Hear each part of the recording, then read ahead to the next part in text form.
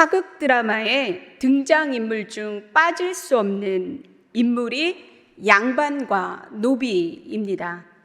양반과 노비의 신분 차이는 하늘과 땅 차이입니다. 노비들에게는 어떠한 인격도 주어지지 않습니다.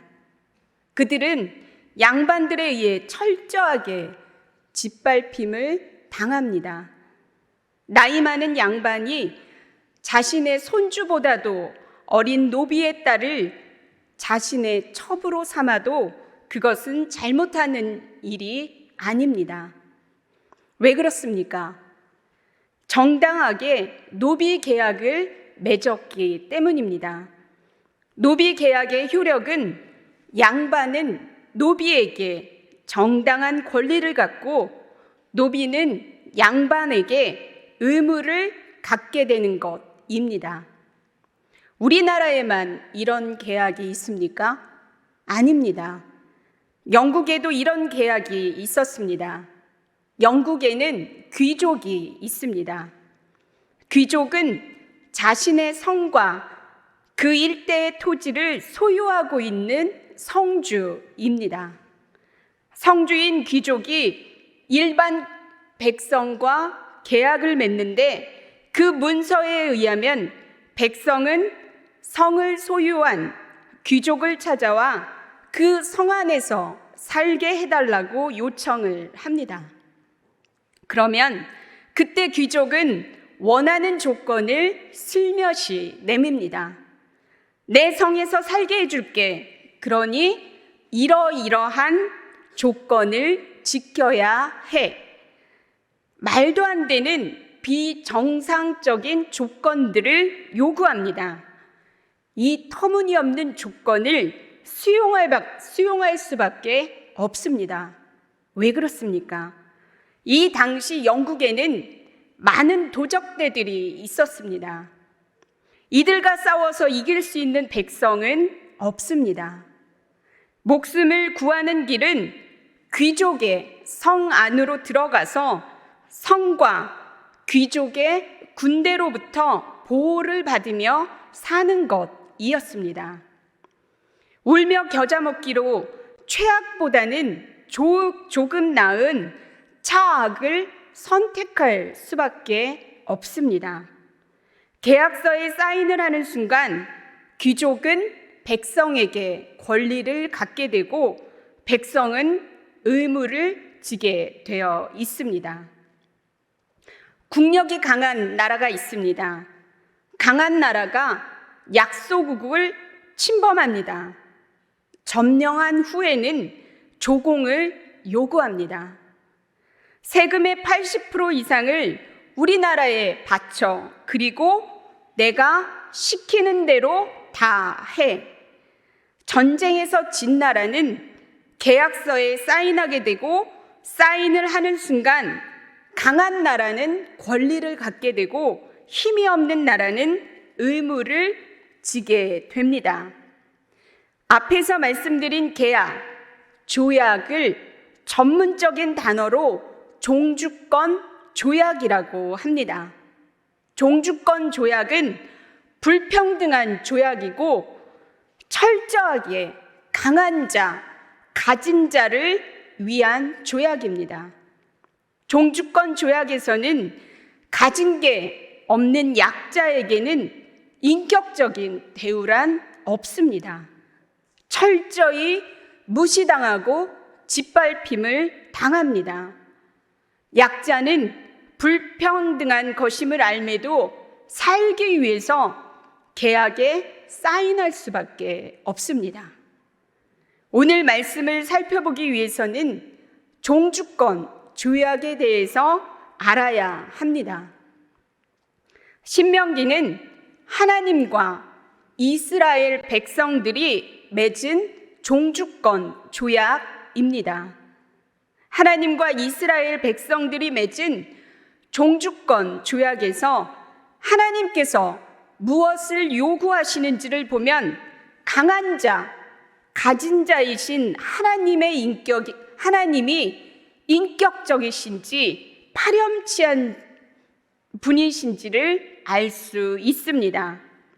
오늘 말씀을 통하여 두 가지를 살펴볼 것인데, 첫 번째는 하나님은 어떤 분이신지에 대해서 살펴볼 것이고, 두 번째는 우리들은 어떠한 삶을 살아야 하는지를 살펴보겠습니다.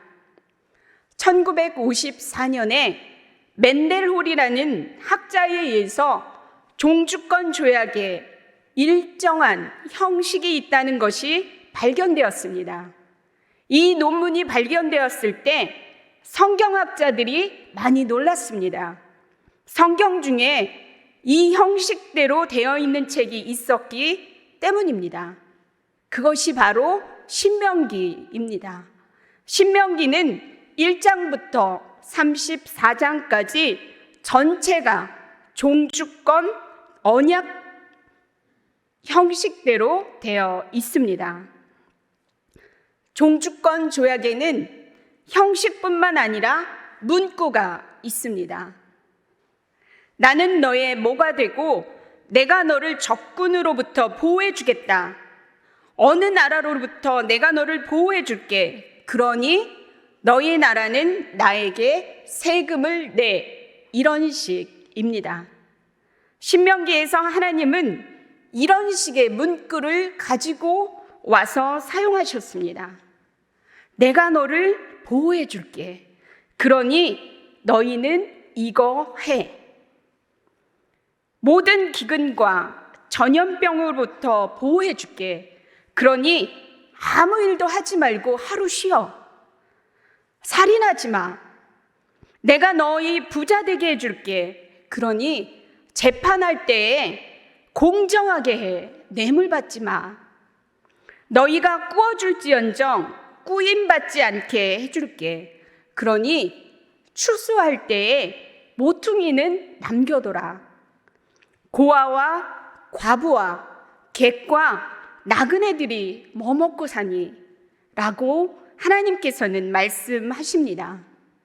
양반이나 성주같이 가진 자, 강한 자의 요구와 우리 하나님의 요구는 너무나 다릅니다. 완전 반대입니다. 한번 생각해 보십시오. 400년 동안 노예 생활을 하였던 이스라엘 백성들은 아마 하루도 못 쉬었을 것입니다. 1년 365일 죽으라고 일만 했을 것입니다. 그 사람들에게 필요한 것은 쉼입니다. 이스라엘 백성들이 쉬는 데 있어서 하나님께 유익은 없습니다. 하나님이 좋은 것은 하나도 없습니다. 오늘의 본문의 말씀은 또 어떻습니까? 17절, 19절, 20절, 21절의 말씀을 요약해 보면 객이나 과부의 송사를 억울하게 하지 말라고 하십니다. 내가 밭에서 곡식을 벨 때에는 다 가져오지 말라고 하십니다. 감람나무를 떤 후에 가지를 다시 살피지 말라고 하십니다. 포도원에서 포도를 딴 후에는 다 가져오지 말고 나그네와 고아와 과부를 위하여 남겨두라 하십니다. 이 세상에서는 추수할 때 한 톨도 남김없이 싹싹 다 베어야 합니다. 잔돈까지 싹싹 다 받고 가져가야 부자가 됩니다. 그런데 우리 하나님의 말씀은 너희 부자가 되게 해줄게. 추수할 때 모퉁이 다 베지 마. 고아와 과부와 객을 위해서 조금만 남겨둬라. 철저히 약자를 위한 요구를 하고 계십니다. 이것이 하나님의 경제 법칙입니다.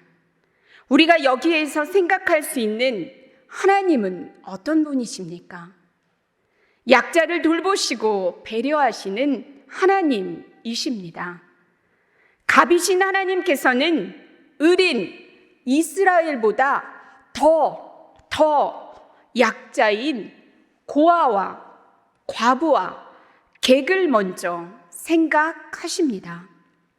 사랑하는 성도 여러분, 헌신 예배를 드리시는 오교구 여러분, 갑이신 하나님께서 의린 이스라엘에게 세상의 모든 것을 다 요구할 수 있었음에도 불구하고 하나님께서 요구하시는 것은 철저하게 약자를 살피시고 돌보시는 것이었습니다. 하나님께서 약자를 돌보시는 것을 몸소 친히 보여주셨다면 우리들의 삶의 자리에서 우리들보다 어렵게 힘을 내어 살아가고 있는 사람들을 둘러보시기 바랍니다. 그분들을 위한 모퉁이를 남겨두시기 바랍니다. 우리 삶의 모퉁이가 아주 작아도 괜찮습니다. 작은 것부터 시작하면 됩니다. 우리에게 있는 모퉁이를 남겨서 누군가에게 전할 때에 그 모퉁이는 눈덩이처럼 커져 하나님의 큰 사랑이 될 것입니다. 세상의 법칙과 정반대인 하나님의 법칙을 따르는 저와 여러분의 삶이 되길 바랍니다. 또 한 가지는 하나님의 온통 관심은 우리들의 행복입니다. 행복하길 원하십니까? 그렇다면 모퉁이의 사랑으로 섬기며 나누는 삶을 살아가십시오. 그렇게 살아가는 사람들을 하나님께서는 인자와 진리를 보내셔서 신실하게 지키고 보호하실 것이며 그 사람의 삶에는 만족의 웃음과 만족의 은혜가 있을 것입니다. 오늘 누가 세상의 법칙과 다른 하나님의 법칙인 모퉁이의 사랑으로 섬기고 나누는 삶을 살아가겠노라 결단하시겠습니까? 저와 여러분의 삶에 섬기고 나누는 모퉁이의 은혜가 흘러 넘치길 간절히 바랍니다. 우리가 정말 하나님을 사랑한다고 고백한다면 하나님이 원하시는 삶을 살아가야 합니다. 사랑하는 성도 여러분, 모퉁이는 재정적으로만 남기는 것이 아닙니다. 우리의 중보 기도의 모퉁이, 돌봄의 모퉁이, 은혜의 모퉁이를 다른 누군가를 위하여 사용하게 될 때에 우리 안에 있던 작은 모퉁이가 큰 사랑이 되어 역사하게 될 것입니다. 아끼지 말고 많이 베푸십시오. 삶에서 전능하신 하나님의 일하심을 보게 될 것입니다. 저와 여러분의 삶의 자리에서 다양하게 모퉁이의 사랑을 전하는 귀한 통로들이 되길 간절히 바랍니다. 이제 말씀을 마치겠습니다. 세상에서 강한 자, 가진 자가 약한 자를 향하여 요구할 수 있는 것은 너무나 많습니다. 그런데 여러분, 우리들이 가진 자, 강한 자가 되었을 때 약한 자를 힘으로 누르지 말고 잠시 멈추어 하나님의 법칙을 생각하게 되길 바랍니다. 하나님께서는 절대값, 강자이시면서도 그 힘을 쓰지 아니하시고 철저하게 약자를 위하여 그것을 사용하셨습니다. 그러시면서 말씀하시기를 너가 이렇게 하면 내가 너 부자 되게 해줄게. 머리가 될지언정 꼬리가 되지 않게 해줄게. 지키고 보호해 줄게 하십니다. 이 하나님의 법칙을 믿고 삶에 적용하게 될 때에 놀라운 하나님의 말씀이 이루어지는 역사를 보게 될 것입니다. 모퉁이의 사랑은 받는 사람이나 주는 사람이나 모두를 행복하게 할 것입니다. 저와 여러분의 삶에 모퉁이의 사랑을 나누는 귀한 사람들이 되길 간절히 바랍니다. 기도하겠습니다.